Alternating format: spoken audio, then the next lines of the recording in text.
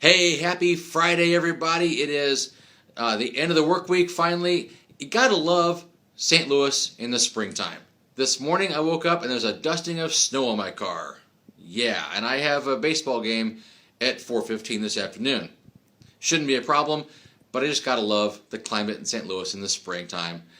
Anyway, it is Friday, as I said. Let's go ahead and jump into Thursday's question and answer it, and then, of course, talk about the weekend. The question yesterday was, in the wind-up position, a pitcher can do 3 things in college and pro, but only 2 in high school. What's the difference? First of all, let's start with what's similar, the 2 things. In all 3 codes, the pitcher can, of course, number 1, pitch the ball. Naturally, that's what he's there for. He pitches the ball. The second thing he can do in all 3 codes is step off the pitching plate or pitching rubber with his pivot foot, which would be the right for right-hander and the left for the left-hander, directly towards second base, and then, of course, he becomes an infielder. He can no longer pitch from that position. So those are the first 2 things that they all can do. Under college and pro, the third thing that a pitcher can do is attempt to pick off a runner, which he cannot do in high school, which is strange. I agree that it's strange. It's the high school rule. There are some oddball high school rules in there. As an umpire, I enforce all of them, even if I don't like them, because that's my job. But the way that a pitcher in college and pro would pick off a runner from the wind-up position is he must, number 1, not do anything that would simulate a pitch. He has to make it look like he's obviously trying to throw a ball somewhere besides the pitch.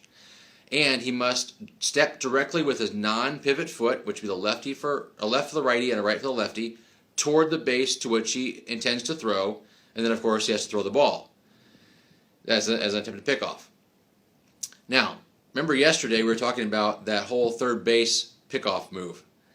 Under pro rules, of course, the pitcher, if he attempts to pick off at third, has to actually throw the ball. Under all 3 codes, if he attempts to pick off at first, he has to throw the ball. And under all 3 codes, if he goes to second, he can still fake the throw.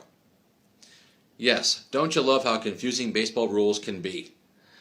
This is why we spend lots and lots of time in the preseason and taking tests to go over this. So that is the answer to yesterday's question. If you have any additional information or questions about that, please feel free to comment and we can talk about it. All right, on to the weekend. Today is Friday, therefore, you get to choose what we're going to discuss next week. I'm not going to pose a question today. I want you instead to go ahead and put your comments down below, either on my private page if you have access to that, or the Fans Guide to Umpiring Facebook page, which I think a lot of you probably use to watch this. And put your comments on there.